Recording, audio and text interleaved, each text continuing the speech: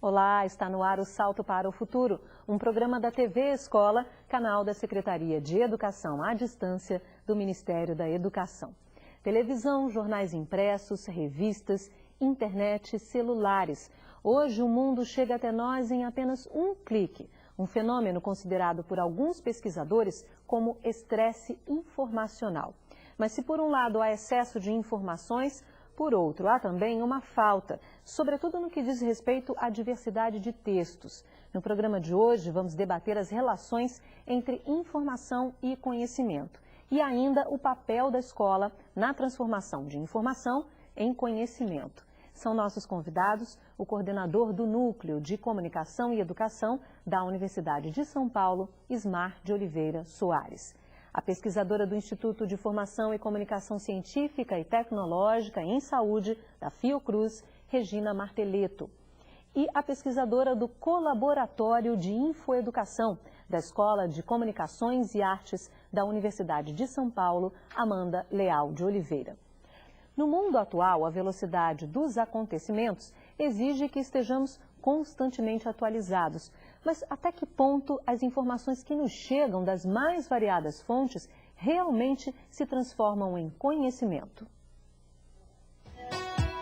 Na televisão, nos jornais, nos livros e revistas, na internet e até no celular. No mundo atual, as notícias podem chegar através dos mais variados veículos, o tempo todo, em qualquer lugar.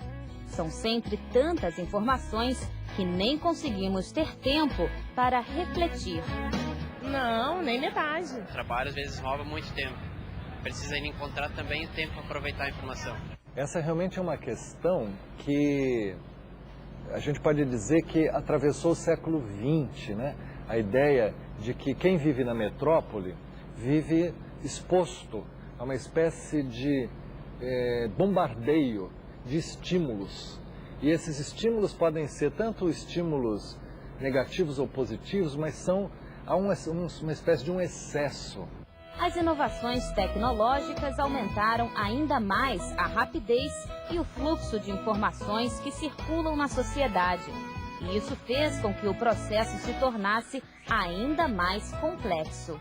Então, isto, por um lado, cria em nós uma espécie de insensibilidade defensiva, porque a gente tem que se proteger disso e criar mecanismos para a gente não ficar exposto a tanta coisa. Por outro, cria uma espécie de nova sensibilidade, que é uma sensibilidade para a simultaneidade. A chegada das novas tecnologias transformou comportamentos. Em alguns momentos, dificultou a capacidade de concentração e de reflexão. Entre os jovens, por exemplo, surge a tendência de desempenhar diferentes tarefas simultaneamente. Eu acho fantástico, mas fantástico porque eu não consigo absolutamente escutando. Começou com essa de escutar música, lendo e estudando ao mesmo tempo. Para mim é impossível. Agora é muito mais, porque estando no MSN... Bom, claro que a gente tem uma certa tendência é a função dos pais, né? Quer dizer, eu tenho filhos, então não pode agora, tem que te concentrar. E ao mesmo tempo é um dom conseguir fazer tudo isso ao mesmo tempo. Contardo Caligares observa que as mudanças não devem ser encaradas de forma negativa. Então, a ideia é verdade, tem uma enorme quantidade de informação. A primeira coisa que dá para dizer é que isso é extremamente positivo. Quer dizer, você lida com crianças que são talvez menos meditativas, mas infinitamente mais informadas do que eu era naquela idade. Já o escritor José Miguel Wisnik acredita que as exigências do mundo de hoje não devem impedir que as pessoas tenham tempo para refletir. Quer dizer, tem um tempo veloz em que você é posto numa cadeia de produtiva em que todo mundo tem que cumprir tarefas incessantemente e sem ter possibilidade de parar para você, em suma, meditar, sentir, respirar o tempo que não seja dessa forma, né? Mas então, como fazer para garantir a construção do conhecimento em meio a uma rotina tão corrida? Para o músico e escritor José Miguel Wisnik, O silêncio é outro fator importante nesse processo e também um dos mais raros. Eu acho que o silêncio é de fato uma coisa valiosa e raríssima, né? Um bem raríssimo. Tanto o silêncio objetivo, que é você estar num lugar silencioso, quanto você criar um silêncio interior. Para conviver com a falta de tempo, José Miguel Wisnik aposta na arte. Arte, música, poesia continua sendo uma forma de respiração do tempo, né? Eu até fiz uma canção em parceria com Jorge Maltner que se chama Tempo Sem Tempo e diz isso: vê se encontra um tempo para me encontrar sem contratempo por algum tempo. O tempo dá voltas e curvas, o tempo tem revoltas absurdas, ele é e não é ao mesmo tempo, e assim por diante. Bom, primeiro eu quero agradecer a presença de vocês no Salto para o Futuro de hoje. Vamos começar pelo professor Ismar. Professor, a gente viu aí no vídeo essa relação do excesso de informação, ao mesmo tempo a gente trabalha com uma falta, né? Há uma certa confusão ainda por parte de muitas pessoas de qual é o conceito de sociedade de informação e sociedade do conhecimento. Muitas vezes se faz essa relação, estamos vivendo na sociedade do conhecimento, o que na verdade talvez a gente tenha um processo anterior aí, que é a sociedade da informação. Queria que o senhor falasse um pouquinho sobre essa relação. Pois é, o vídeo apresentado ele é muito rico, né? Rico em termos de mostrar como na sociedade hoje o volume de informação é imenso, e rico também na interpretação, né? Mostrando como o receptor está diante desse universo todo e as maneiras como ele se relaciona. Agora, a questão de fundo é como transformar esse universo da informação em conhecimento. E a pergunta é: o que é conhecimento? E no caso, olhando para a escola, olhando para os estudantes, a relação de professor e alunos, advém, na verdade, como a escola faria a mediação entre esse imenso universo com a quantidade absurda de informação e aquilo que a escola se propõe a trabalhar na construção do conhecimento do aluno. E aí vem uma pergunta que não foi dita, que não foi tocada no vídeo, é como a própria criança produz informação, não é? E o que nós estamos imaginando hoje, por experiências em trabalhar com estudantes e escolas, assim por diante, é que, na verdade, a capacidade de selecionar deverá da capacidade de produzir, não é? À medida que a criança tem capacidade de produzir informação ela mesma, ela poderá orientar-se no sentido de selecionar, de buscar, de criar algo novo. Então, a produção da informação, o domínio dessas tecnologias dentro do espaço escolar faria parte de uma política de tratamento da sociedade da informação. Não seria apenas olhar, admirar, ficar preocupado a respeito desse volume todo, mas é como eu vou me apoderar enquanto escola, enquanto aluno, enquanto professor desse universo. E aí vem uma grande pergunta, não é? Se para uma escola sempre se achou que ela deva ter uma excelente biblioteca, do meu ponto de vista, qualquer escola deveria ter um excelente laboratório de vídeo, um excelente laboratório de rádio, uma excelente sala de informática aberta para todo mundo, né? Quer dizer, a escola produzindo informação, porque a partir dessa capacidade nós teríamos então a possibilidade de seleção desse material. No mundo inteiro, existe um conceito chamado Information Literacy, né? Quer dizer, há gente preocupada com essas questões, e eu acredito que essa série estará mostrando, né, aos professores do Brasil maneiras de conversar a respeito desse assunto. Porém, a minha primeira contribuição seria, frente ao mundo da informação, é preciso mergulhar nele e produzir informação também. Né? E essa informação é que vai permitir ao aluno organizar-se frente a esse mundo. Vamos falar um pouquinho mais, obviamente, ao longo de todo o programa, sobre essa produção dessa informação. Essa é uma preocupação muito grande dos professores. Ok, produzir informação e construindo conhecimento é algo que a gente pode fazer na escola. O laboratório de rádio, por exemplo. Mas como? O que seria, o senhor falou, um laboratório ideal de rádio, bem equipado? O que é isso? O que seria esse laboratório?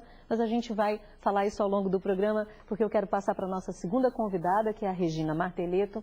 No vídeo, Regina, a gente viu o Wisnik falando ali, hoje a gente sabe dos estudantes fazendo 10 mil coisas, a gente, né? Nós próprios os adultos fazem 10 mil coisas ao mesmo tempo. Hoje você tem lá, você está aberto no MSN, você está lendo um texto, você manda um e-mail. O mundo do trabalho já exige conversávamos um pouco antes do programa começar, o mundo do trabalho já exige esse profissional que pense em algumas coisas, em várias tarefas ao mesmo tempo, até gerou um chamado tecnoestresse, porque as pessoas estão ligadas em 10, na tecnologia de várias formas. Agora, de que forma, ele falou em simultaneidade, de que forma essa, ele usou uma expressão sensibilidade para a simultaneidade, né? Foi o Wisnik que disse. De que forma essa simultaneidade, fazer essas tantas coisas ao mesmo tempo e ao mesmo tempo lidando com informação, como é que isso tem impacto? Quais são os impactos disso no processo de construção do conhecimento? São impactos positivos, negativos? Quais seriam os caminhos dessa relação? Bom, esse é um desafio muito grande que é mostrado nos vídeos. Interessante porque o vídeo ele não traz especialistas no tema em si, né? São artistas, são pensadores, críticos, de maneira que já mostra assim um outro aspecto diferente daquele convencional, pedagógico, escolar, e muito interessante, por isso também, não que o escolar e o pedagógico não sejam. A questão da simultaneidade da informação, né, e da comunicação, ela é muito evidente hoje na nossa sociedade, no mundo atual, nesse mundo globalizado, nessa sociedade da informação em que vivemos, porque como eu dizia há pouco, antes, quando conversávamos, essa abertura de telas constante, né? De textos, de imagens, de sons, de informações. Essa é um sentimento assim, de muita velocidade, né? E que muitas vezes é associado à dispersão, sobretudo quando se pensa no jovem, né? A escola trabalha muito com a ideia da concentração, né? Do aprofundamento, do mergulho, e essas diferentes, né, essa aparição, essa oferta informacional, essa abundância informacional leva a crer, né, que o receptor, ele lida muito com a dispersão. Esse mundo informacional levaria a uma dispersão. Mas quando se observa hoje o lidar dos jovens com esses dispositivos de informação e comunicação, existe uma facilidade muito grande nos jovens e nas crianças, né, em lidar com essas diferentes telas, com esses diferentes textos, essas diferentes mídias e dispositivos, né? Então isso o vídeo mostrou de uma maneira bem interessante, o lidar com a velocidade. Outro aspecto importante, quando se pensa na relação desse mundo informacional e comunicacional com a questão do conhecimento, né, é que essa simultaneidade, essa velocidade, ela promove a construção do conhecimento ou não, né? Ou ela seria um impeditivo, um dificultador. A minha percepção e a minha experiência é de que o conhecimento, ele não digamos assim, ele não é questionado, ele não é prejudicado pela abundância informacional. Ele não é. O lidar com a informação, né, sempre foi um aspecto importante da nossa cultura ocidental. Uma cultura que tem a escola como vetor, uma cultura que preza, né, a produção do conhecimento e a utilidade que o conhecimento pode ter no mundo da vida, no mundo do trabalho. Então, eu acho que é algo que a gente pode retomar depois, que eu considero que é um aspecto interessante. Nossa terceira convidada, eu quero passar para ela, que é a Amanda Leal. Amanda, que é autora do texto que consta do boletim, que os professores receberam, não é, Amanda? Diante disso tudo, é uma questão que você mesmo, vocês, o Edmir Perrotti, como consultor dessa série, e você nesse texto, ambos fazem. O que é, vocês tratam com um conceito novo, que é o infoeducar. Como seria esse processo de educar para a informação? Diante desse excesso de informações, diante da falta ao mesmo tempo, o que é infoeducar? A gente está cunhando, né, de infoeducação, a educação para a informação. Então, a gente tem esse oceano informacional, essa quantidade enorme de informações, mas como navegar, que direção tomar, para onde transitar, né, dentro desse oceano informacional? E aí está incluído na infoeducação e no papel do infoeducador o ensino de habilidades, de competências, então, para acessar essas informações. Então, saber usar um computador, saber fazer uma pesquisa, saber frequentar uma biblioteca, saber encontrar as informações nas bases da onde elas vêm, né, onde elas estão. Mas é mais do que isso também, além das competências, além das habilidades na relação com a informação que hoje em dia a gente precisa ter, porque ela vem de muitos meios, é uma atitude frente à informação também. Então é você poder discutir essas informações, inserir tudo isso que está solto num quadro de referência pessoal, num quadro de referência coletivo do grupo do qual você faz parte.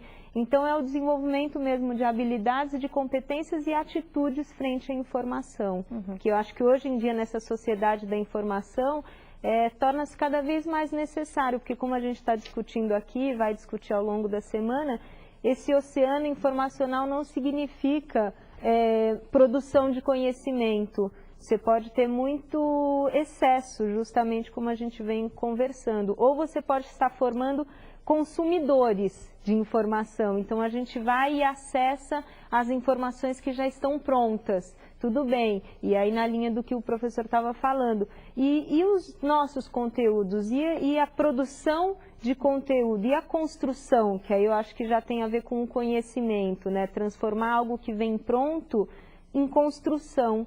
Então a gente está trabalhando nessa dimensão da relação com a informação, de que ela pressupõe cada vez mais a construção dos sujeitos na relação com a informação, para que eles possam se posicionar com relação a esse oceano informacional que eu encontrei aqui. Pois é, o professor Edmar falava da necessidade da escola produzir, né? O senhor deu o exemplo de um bom laboratório de rádio. O que o senhor considera um bom laboratório? E aí eu pergunto, por que eu pergunto bom?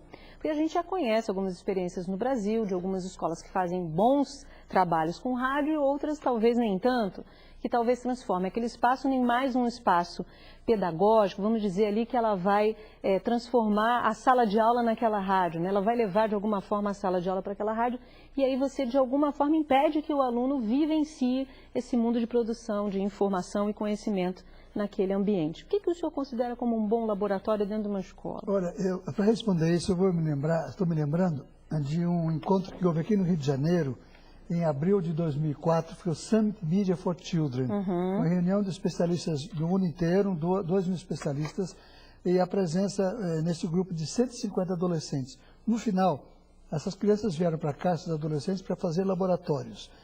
Eles pararam tudo e fizeram uma greve dentro do evento. Eles queriam discutir com os adultos. Não foi permitida essa discussão, então eles fizeram um documento. No final, eles disseram assim, no relatório que eles apresentaram para todos: mídia de qualidade é a mídia que nós fazemos, ou que vocês adultos fazem conosco. Né? Então, os adolescentes diziam que não era exatamente a qualidade técnica do produto o que era essencial, a participação era essencial. Então, se você me pergunta o que é um bom laboratório, é um laboratório em que as crianças possam participar. Não sozinhas, com o adulto. Né? Eles diziam que nós fazemos o que o adulto faz conosco. Então, no caso aqui, a transformação da informação em conhecimento se dá pela associação do professor com o aluno num espaço de liberdade de expressão. Sem querer didatizar esse espaço, né? Um ator, um arquiteto e um jogador de futebol. 3 exemplos de profissionais que atuam em áreas distintas e que precisam de concentração, olhar apurado e tempo de dedicação para enfrentar os desafios da profissão. Na reportagem, vamos ver como é preciso tempo para refletir sobre o que se faz e principalmente para transformar informação em conhecimento. Exercício de alongamento para depois fazer rolar a bola no gramado. No futebol, esta rotina começa no treinamento. E para o jogador Alex Meschini, do Internacional de Porto Alegre, a concentração é uma das habilidades que o atleta precisa desenvolver. Acho que concentração que envolve tudo, pelo mínimo detalhe que é decidido, futebol, seja num treinamento, numa partida, a concentração, sempre quando você atinge um bom nível de concentração, é aí que você consegue alcançar os seus melhores resultados. Além de concentração, conquistar bons resultados exige também tempo de dedicação. A receita é um bom treinamento, né? A repetição. Não um dia antes você chegar, um dia antes apenas da decisão e você querer se familiarizar com aquela situação. Isso é treinamento de muito tempo. O trabalho de ator é outra atividade que requer tempo para refletir e para se concentrar. A gente precisa de um tempo de pesquisa, de um trabalho de mesa, de estudo do texto. Você coloca aí umas 2, 3 semanas, tem gente que fica muito mais tempo estudando o texto. Logo em seguida começa-se um trabalho de pesquisa, uma parte prática, que vai culminar com os inícios do ensaio, o início de decorar o texto, que tudo isso leva um tempo. E cada um tem o seu modo de trabalhar. Tem gente que prefere decorar um texto fazendo a cena, e tem gente que prefere decorar o texto em casa. Cada um tem o seu tempo para isso, mais uma vez falando no tempo. Segundo o ator, é necessário também ter um olhar atento para tudo que se passa ao redor. A observação, para mim, é a minha maior ferramenta de criação. Eu, quando estou pesquisando sobre um personagem em si, você acaba encontrando no seu dia a dia focos que te remetem ao personagem, ao que você está estudando, a um determinado livro que você está lendo que é interessante para o seu personagem. E você anda e você escuta uma música, você vê um DVD numa banca de jornal vendendo, você repara num homem que está andando, ou numa mulher, ou num gesto. Várias foram as vezes que gestos dos meus personagens, que modo de falar, apareceram de repente, andando na rua, pesquisando ou não.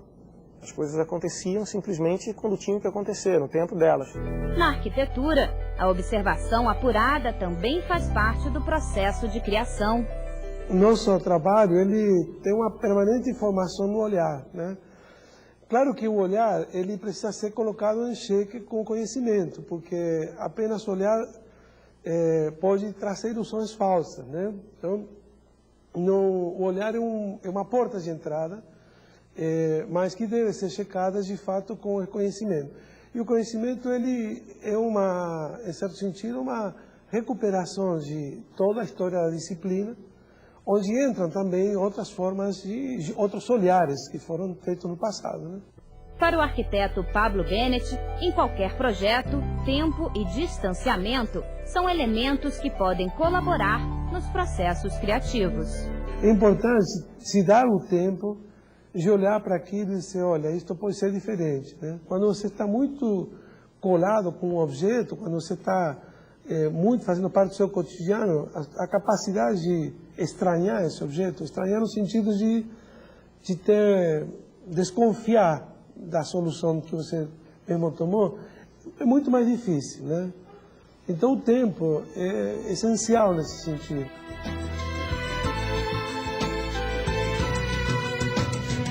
E se tudo resolver a contento, eu saberei demonstrar minha gratidão.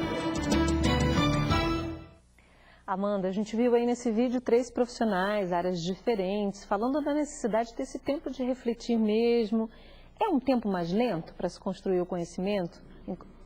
Em contraponto a essa velocidade de informação, essa carga que a gente recebe o tempo inteiro, para a gente elaborar, pensar com mais profundidade sobre um determinado tema, assunto, sobre uma determinada informação, precisa de um outro tempo, de fato? Eu acho que sim. Eu não saberia dizer se é de fato um tempo mais lento. Isso eu não saberia te dizer, mas assim, eu acho que é um tempo sim de construção. E aí ele vai depender muito mesmo da pessoa, do contexto. Mas o que eu acho que é importante da gente pensar também é que ele é também construção. Então, assim, a gente às vezes acho que tem um pouco a ideia, até o ator comentou, algumas coisas acontecem sim por insight. Então, de repente você liga uma informação com outra e você tem um insight, você consegue se posicionar, enfim.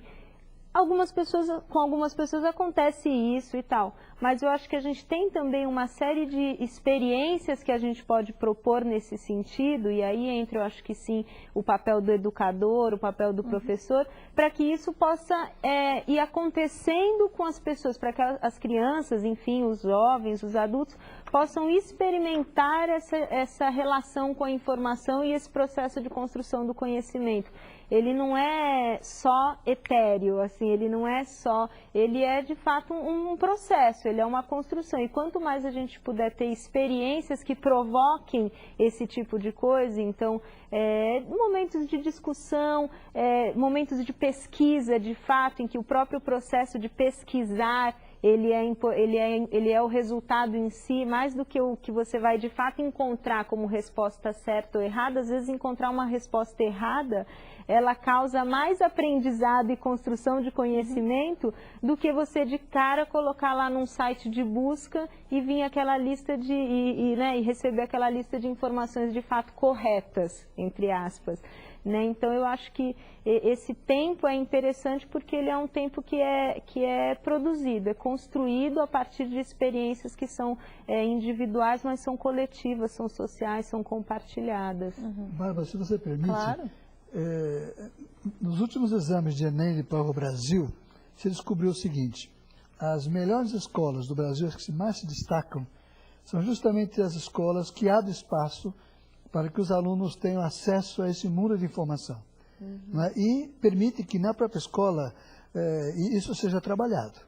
Então, é uma novidade, não é apenas a escola que fica presa no currículo, mas que tem a capacidade de avançar. Não é? Então, esse é um fato importante. E, no momento, o Brasil tem uma grande oportunidade que chama-se escola integral. Não é? Quer dizer, aquele segundo momento chamado antigamente de contraturno seria o grande espaço para trabalhar com as informações que vem da mídia, por exemplo. Agora, vocês acham que de alguma forma essa correria, essa necessidade de correr com tudo, com a informação e digerir tudo, isso afetou de alguma forma o processo educacional, as escolas? Isso está dentro das escolas e aí, por que eu pergunto isso? Esse tempo de reflexão, esse tempo necessário que há para refletir sobre determinadas informações, para que essa informação seja efetivamente transformada em conhecimento, isso está acontecendo nas escolas? Como é que vocês veem a educação trabalhando, lidando com essa questão, professora Regina? Pela experiência que eu tenho de lidar com a escola, né, como pesquisadora do ambiente da escola, também como mãe, né, e que acompanhei muito bem, muito de perto a educação dos filhos, eu acho que existe uma dificuldade da escola em lidar com essa velocidade, em lidar com essas experiências que os jovens e as crianças têm com esses diferentes meios, com esses diferentes dispositivos e fontes de informação. Como disse o professor Ismar, as escolas que melhor trabalharam foram as que abriram as portas para essa discussão, né? Essa discussão, talvez seja, mas é muito importante pensar, por exemplo, na ideia de rede que se fala. Quando se pensa na sociedade do conhecimento, da comunicação, da informação, se lida muito com a ideia de rede. Então, a escola, ela é, né, uma peça, ela é um elo de uma rede ampla de conhecimento. Mas ela é também um vetor do conhecimento. Esse vídeo, ele mostra muito bem, pela fala dos 3 profissionais, né? Esses profissionais, eles falam de observação, de um olhar atento para aprender, para captar informações. Mas quem promoveu esse olhar atento? O conhecimento da formação escolar, com certeza. Seja a escola de futebol, seja a escola que levou o arquiteto a uma faculdade de arquitetura, né? Seja a escola do ator, né? Eles receberam um conhecimento sistematizado. E certamente essa observação, né, do cotidiano passa por uma filtragem que é dada pelo conhecimento sistematizado, que é o conhecimento escolar. Tá certo, a gente já tem uma participação, da Luciana aqui do Rio de Janeiro, ela quer conversar com a gente. Oi, Luciana. Boa noite. As tecnologias hoje nos trazem dados e imagens de forma muito atraente e rápida. Com a infinidade de estímulos sensoriais, celular, TV, internet, games, etc., como desenvolver a capacidade de concentração e reflexão dos nossos alunos? Muito obrigada, Luciana, pela sua participação no Salto de hoje, no primeiro da série, tá bom? A gente conta com você ao longo da semana inteira. Então, professor Ismar. Olha, a preocupação com a concentração do aluno. Do jovem, especialmente, eu acho que ela falou. Isso. E, simultaneamente, a conversa que nós estamos tendo aqui mostrando o aluno dispersivo. Né? E a imagem de que talvez a gente vá concentrar o aluno a partir de conteúdos seriamente identificados e trabalhados pelo professor. E aí eu acredito que o vídeo nos ajuda a pensar o seguinte: a concentração advém de um projeto que tenhamos. Quer dizer, eu quero me concentrar para quê? Eu quero me concentrar para aprender a jogar futebol, eu quero me concentrar para ser alguém que dance, por exemplo, faça teatro. Bom, a ciência na escola tem uma finalidade: formar o cidadão que vai ocupar um espaço na sociedade. Então eu acredito que trabalhar por projetos e colocando a possibilidade desse jovem, dessa criança, obter informações a respeito do projeto que ele vai perseguir coletivamente sempre, nunca individualmente, isso permitirá que o aluno se concentre. Então, quando eu falo na existência nas escolas de laboratórios de multimídia, grandes, não é exatamente para simplesmente fazer uma grande festa, é para promover uma grande concentração. As crianças vão se concentrar para produzir informação a partir de linhas, em que ele, juntamente com adultos significativos para ele, terá condições de se concentrar e obter êxito nessa concentração. A Tânia, na verdade, Bageston, ela é do SESC de Chapecó. Muito obrigada, Tânia, pela sua participação. Ela mandou um e-mail aqui um pouquinho grande, mas a gente vai tentar traduzir ou reduzir um pouco o que ela pergunta, o que ela conta. Ela diz o seguinte: na proposta pedagógica, faz-se referência a novos saberes e fazeres informacionais. Ela se refere ao texto da Amanda. Ela diz que a proposta chama a pedagogia de transmissivista. Em algum momento você fala ali no texto que caiu por terra a ideia de transmissão de conhecimentos, e sim, na verdade, como você acabou de dizer, conhecimento é construção, né? A partir da prática que temos como educadores, percebemos que temos salas cheias, pais ausentes e cada vez mais paternalismo por parte dos órgãos públicos. Como o educador poderá desenvolver um trabalho de qualidade, baseando-se simplesmente na informação que o aluno traz, que muitas vezes não tem fundamentação, uma vez que os alunos não estão informatizados, não leem jornal em casa? Bom, aí ela diz o seguinte: como fazer isso, enfim, como não ser transmissivista, se é sempre o educador que busca. Inclusive, alguns educadores não buscam conhecimento, mas os que buscam não têm ajuda nem valorização. E agora, lendo, parece que perdemos ou estamos perdendo o nosso crédito. Estamos em constante formação para ser desacreditados, ela diz aqui, a Tânia Bageston de Chapecó.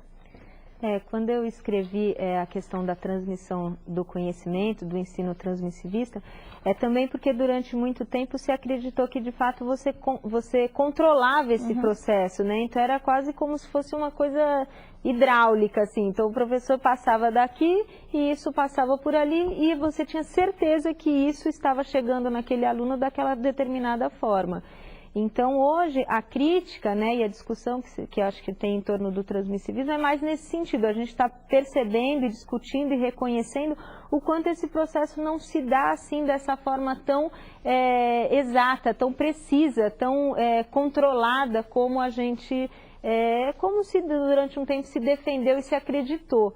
Então não é que eu faço uma crítica que o professor transmita os seus conhecimentos aos alunos e que nesse contexto específico que a Tânia colocou, ela não possa ter um papel importante de transmitir os conhecimentos, de abrir possibilidades de reflexão, de abrir possibilidades de que esses alunos acessem as informações que eles não estão tendo oportunidade. Então, a transmissão do conhecimento, ela é sim uma coisa que eu acho que é muito importante, inclusive de pai para filho, entre vizinhos, é uma coisa que eu acho que deve continuar acontecendo e que bom que acontece. Mas a gente não controla e reconhecer que a gente precisa da construção do aluno, da construção dos sujeitos nesse processo é que eu acho que é uma coisa importante. Agora é legal a gente fazer uma observação aqui, que estamos falando não somente de informações noticiadas, né? A gente está falando de uma informação de um modo geral, não é, professora Regina? No meu campo de estudos, que se chama Ciência da Informação, a informação ela tem uma relação direta, indissociável com o conhecimento. A gente poderia dizer assim, em linhas gerais, que a informação seria a materialização do conhecimento, né? Conhecimento se passa nível ideal, no pensamento, na apreensão das coisas, do mundo, da observação, tal. E a informação, ela é expressão, ela é materialidade, é aquilo que se pega, que se guarda, que se cria memória, né, arquivo, acervo, né? E como isso é importante na nossa cultura, né? Em geral, na cultura escolar, na nossa cultura, para a preservação dessa cultura, para a educação, para tudo, né? Agora, algo que é muito importante em relação às perguntas, né, que foram endereçadas até agora, é a questão da mediação. É uma ideia muito interessante essa da mediação, pelo seguinte: nos processos pedagógicos, comunicacionais, informacionais, sempre se faz referência, se tem em mente a figura de um emissor e um receptor. São dois polos, né? A mediação nos leva para uma terceira possibilidade, que é essa possibilidade da construção, né? De uma interferência, né? Não é interferência de quem sabe em relação a quem não sabe, é um conluio. É uma estratégia comum, né, de emissor e receptor em relação à produção de algo novo, né, que seria o conhecimento. A transformação de informações em conhecimento é uma das questões mais atuais da educação. No vídeo a seguir, o educador Celso Antunes fala do papel dos educadores nesse processo. Vamos acompanhar.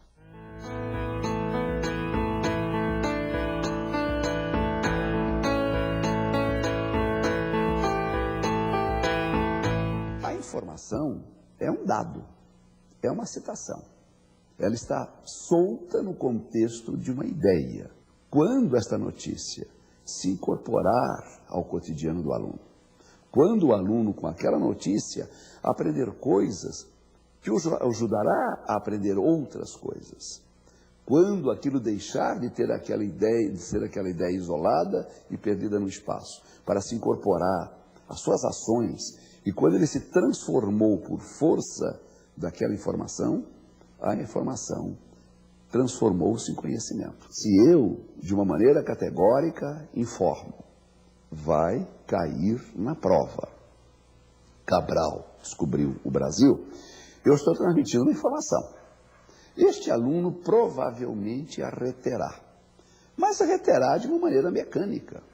Algumas vezes a única referência que esse aluno tem de descoberta é a ideia que a mãe lhe passa ao avisar que a coberta pode cair. Então ele associa aquela informação ao cobrir o seu próprio corpo, e como aquilo não tem sentido, com o tempo a memória se esvai. A mesma informação, Cabral descobriu o Brasil, se excitar aquele aluno a interrogar-se por quê, onde, quando, o que sou eu depois desta ocorrência, o que seria eu antes desta ocorrência, está mostrando o espaço da transformação de um aluno espectador, de um aluno ouvinte, para um aluno protagonista. Tudo isto caracteriza a diferença essencial entre uma aula para transmitir informações e uma aula para solidificar conhecimentos. Então, professor Ismárcio, quer comentar o vídeo do Celso Antunes? Olha, gostei demais do que ele falou, né? E estou me lembrando do seguinte, acaba de acontecer na Europa uma pesquisa, porque os europeus estavam ainda questionando a relação entre adultos e infância, adultos e jovens, e a pesquisa apontou para o fato de que os adolescentes e jovens estão buscando adultos significativos. Isto é uma retomada, né, de aliança entre gerações. E no caso aqui, o adulto significativo é esse adulto capaz de fazer aquilo que o Celso Antunes está propondo, né? De provocar situações em que a própria criança, o próprio jovem, utilize aquela informação num contexto determinado e saiba produzir a partir desse contexto. Uhum. Aí eu quero fazer a pergunta da Lucenda Pimenta, ela é de Anápolis, em Goiás. Muito obrigada, Lucenda. Ela faz uma referência ao seu texto, professora Amanda. Ela diz o seguinte: isso é interessante de pensar, é o que o seu texto fala. Queremos pessoas que saibam somente acessar as informações disponíveis ou queremos pessoas que saibam, além de acessar, refletir, organizar, analisar e produzir informações e conhecimentos? De que forma podemos colocar essa prática no nosso dia a dia como professores? Eu acho que isso é uma questão central mesmo nessa discussão da sociedade da informação e do conhecimento, porque essa sociedade da informação, ela possibilita, sim, o acesso a essas informações. Mas daí a gente está falando de consumidores, né? A gente está falando de consumidores informacionais, consumidores culturais. E o Celso Antunes vai usar um termo que eu acho que é importante nesse caso, que é o do protagonista, né? Então, possibilitar que cada um ali, na relação com aquela informação, com aquele dado que vem, se posicione, se mobilize, desperte, e atue, construa alguma coisa em cima disso. E aí, acho que, tentando responder a pergunta que ela fez, eu acho que é tentar ver isso num processo. Eu acho que, assim, trabalhar para esse aluno crítico, para esse cidadão, na verdade, que se posiciona e atua na sociedade, é uma construção. Então, não é uma coisa que vai acontecer em um exercício de sala de aula. Mas eu acho que o professor podia pensar nesse exercício com ele mesmo primeiro, talvez? Exatamente. Como é que ele se posiciona diante dessas informações que chegam até ele? Talvez seria um processo anterior. Claro que existem informações corretas e não corretas, não é que tudo é relativo, e não é bem isso.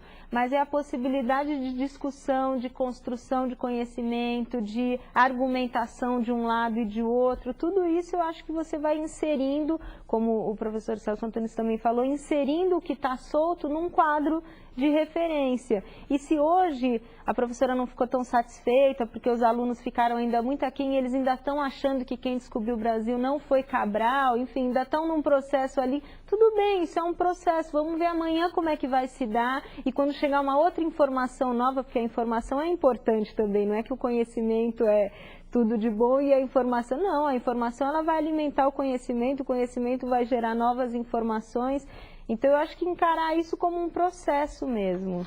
A participação agora é do Francisco, aqui do Rio de Janeiro. Oi, Francisco. Pergunta, com a grande oferta de informação, quais as estratégias que devemos utilizar para combater a preguiça intelectual e a facilidade do copiar, do colar? Obrigada, Francisco, pela sua participação. Então, professora Regina, como a senhora vê essa questão? Muitos professores se preocupam com a chegada das novas tecnologias, né? Desse uso, da forma como os alunos usam, né? Se não é para pesquisar, na verdade, vai lá e cola uma informação, é esse o processo de selecionar, o que eu seleciono, na verdade, ele pega o que vier, para poder dar uma resposta a esse professor. Como é que fica essa questão do Francisco, que ele fala de uma certa preguiça aí, por parte do aluno? Bom, é uma pergunta bem interessante, mas é preciso pensar um pouco também no papel e na preguiça do próprio professor e de todos nós com tanta informação. Eu acho que o sentimento que se tem, né, seja na escola, no mundo da vida, é de uma incapacidade diante da disponibilidade constante, da velocidade da informação, né? Então, eu acho que para que a mediação ocorra, aquele terceiro sobre o qual eu falava, né, que é preciso construir além do emissor e receptor, então é preciso ter uma disposição de do emissor, no caso o professor, e do receptor, no caso o aluno, né? E que esses papéis sejam intercambiáveis também, que haja diálogo, que haja troca, porque a descoberta informacional hoje, ela se dá muito pelo lado do aluno, né? Então, esse aprendizado em via de mão dupla, né, seria bem interessante de ser experimentado, não é, na escola. Esse que a senhora tocou é muito importante. Se, por um lado, ele faz isso, o aluno faz isso para a escola, para responder uma demanda da escola, ele está pesquisando outras coisas de N outras formas. Ele entra, né, no Orkut, no MSN, ele pesquisa na internet o que ele quer, um assunto da música, se ele está a fim de ouvir música, ele quer saber qual é o novo, ele faz esse trabalho de pesquisa quando interessa, como disse o professor Ismar, quando tem um projeto, né, professor? Quando isso... Olha, eu lembraria de uma questão que é levada, né, em consideração na área da informação, que é a respeito da copiagem, né? Aluno que copia e transfere aquela informação para o professor como sendo sua. E a notícia de que, na verdade, 70% das pessoas, quando começam a usar a internet, fazem isso. naturalizando esse procedimento. E aí vem a pergunta, isso é admissível?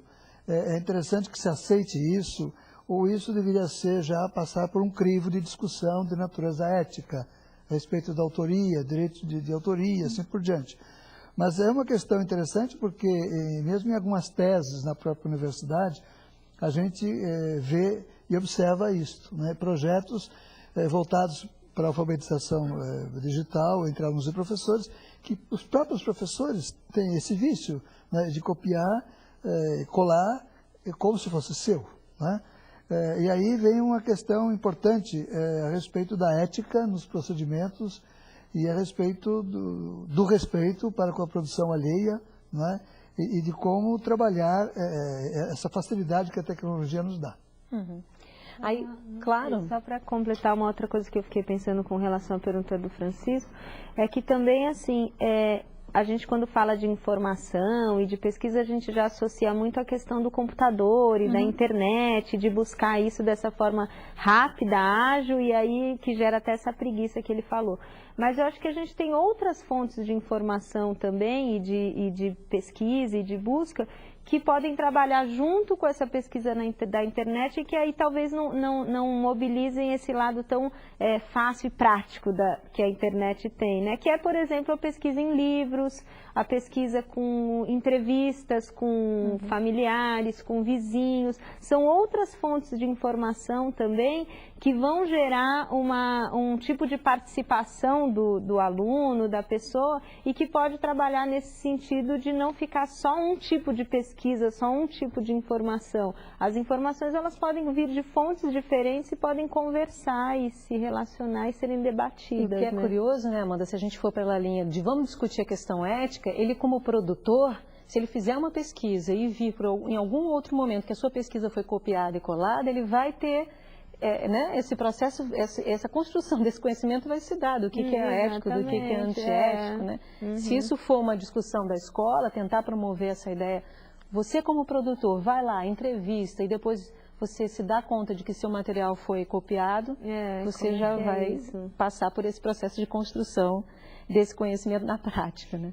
Agora, a Tânia Colodetti e também as cursistas Simone da Silva e Patrícia da Conceição, que são aqui de Duque de Caxias, muito obrigada pela participação de vocês. Elas querem saber qual é o papel da escola nessa mudança do saber, do sentir e do ensinar, sem o giz e o apagador. Não é o momento da escola interagir com os meios visuais, hipertextos, televisão, computador, Orkut, blog, outras ferramentas? O que o senhor acha, professor Ismar? Eu acho que chegou o momento, né? Ou o momento é esse, né? Da escola se envolver, de se abrir. O grande problema que encontramos agora, na verdade, é a definição de políticas públicas para isso, e nas escolas particulares também, de encontrar nessas escolas diretores ou coordenadores pedagógicos abertos para essa iniciativa. O professor necessita participar de experiências que o envolvam nisso. E o mais adequado que a gente tem visto, ao menos na nossa experiência do nosso Núcleo de Comunicação e Educação da USP, é que a formação para isso, para essa área, se dê envolvendo professores e alunos, sempre simultaneamente. Tá certo. A gente precisa fazer as nossas considerações finais para encerrar essa edição do Salto. Infelizmente, tempo de televisão é tempo corrido.